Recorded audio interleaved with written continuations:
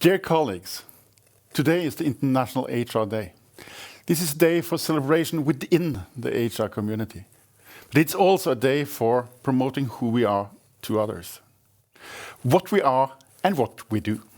HR makes a difference to all of us. Somewhere between 1 and 1.5% of us, dependent on how we count, can proudly describe ourselves as HR professionals. This brings us together, and what we have in common is the joy and satisfaction of working within people and organization. My name is Even Bolstad. I'm president of the European Association for People Management, board member of the World Federation for People Management Associations, and managing director for the Norwegian HR Association, HR Norge. I often describe my job as working within a candy store. It's challenging and it's fun. And it's important. Working with and within HR is filled with purpose. For me, HR is very much about outcome, what we are able to do for others. And that means to the benefit of companies, people, and society. It feels good to work with and be a part of and to represent HR. The link between what we do, where we put our focus, how we perform, and the positive outcomes, that link is direct, obvious, and highly visible. In the past, people used to say that people are the most important resource in our company. Realistically, not everyone always meant what they said. Today, that is just not longer the case. And winners are those who attract and retain talented people and are able to create a culture that brings out the best in them. People mean business, and we are in the people business. People matter, and people produce value. But human resources is, of course, about humans way beyond their value as a resource. Successful HR is very much about how our colleagues thrive and grow. We build and nurture individuals, teams, and organizations, and the culture and systems that makes them succeed. In such a perspective, engagement and satisfaction go hand in hand with productivity and profitability. The most productive workplaces are built on a culture of trust and reciprocity, genuinely wishing the best for each other.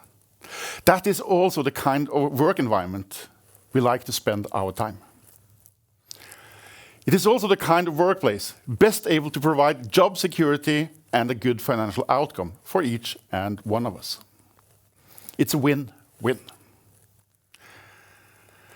And for many of us, it is important to see our work in an even wider context.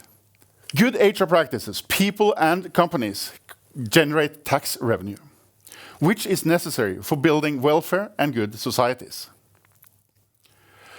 Without welfare and good societies, we are unable to deliver education, healthcare, and security, all necessary for us to be successful as a society.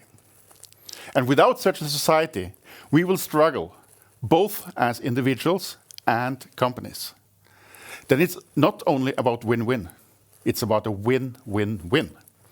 And we, as HR, we are at the core. For many of us, this last year, it has been more than challenging. But try just to think back 1 year, or 14 months to be more precise.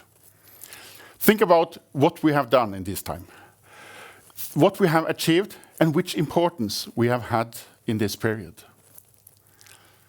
This last year fills me with pride.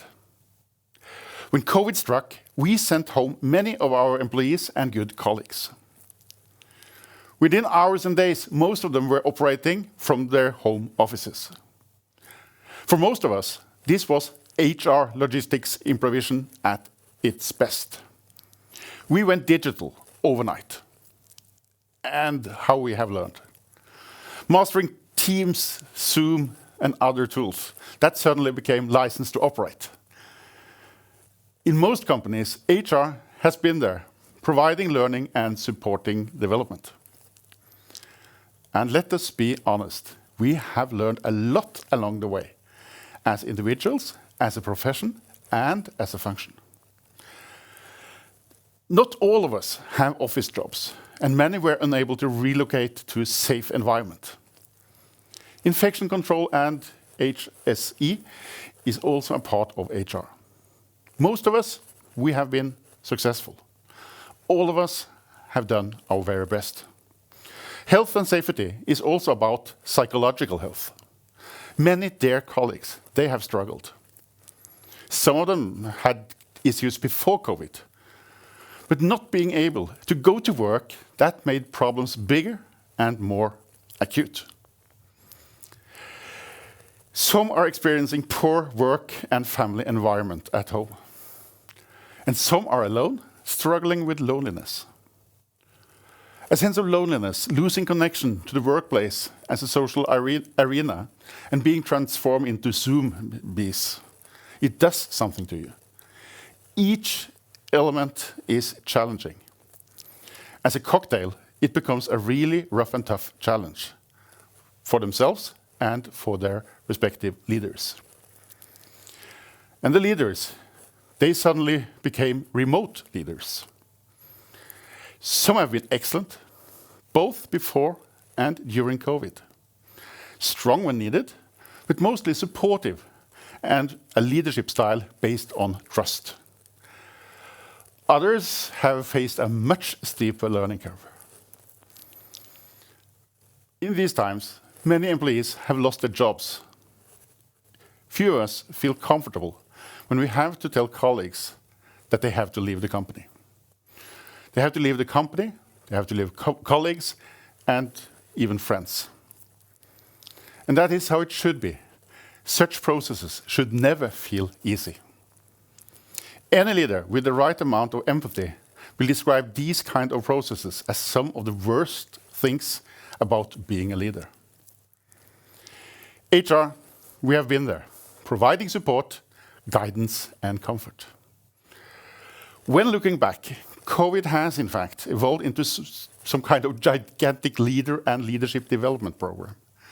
I'm convinced that the leadership and leaders who emerged from COVID are far better equipped than those who went in. And so we could just go on. HR has been really, really important during COVID. COVID has been a steep and bumpy road, and it still is. We are tired. In Norway, we have a saying that no flat road will ever bring you into the mountains. You need to climb uphill to move upwards. We have done much. We have worked hard, and mostly we have done great. We have been visible, we have been accessible, and we have been proactive. We have delivered value, and most of us has acted value-based, with empathy and a true sense of purpose. I believe it's time to pat ourselves and each other on the shoulder and say, well done, let's be proud. In the core of every crisis also lies an opportunity. We could waste all our energy to focus on what has been bad and sad, but that seldom makes life better. Neither does it create progress. Why not instead use the opportunity to embrace and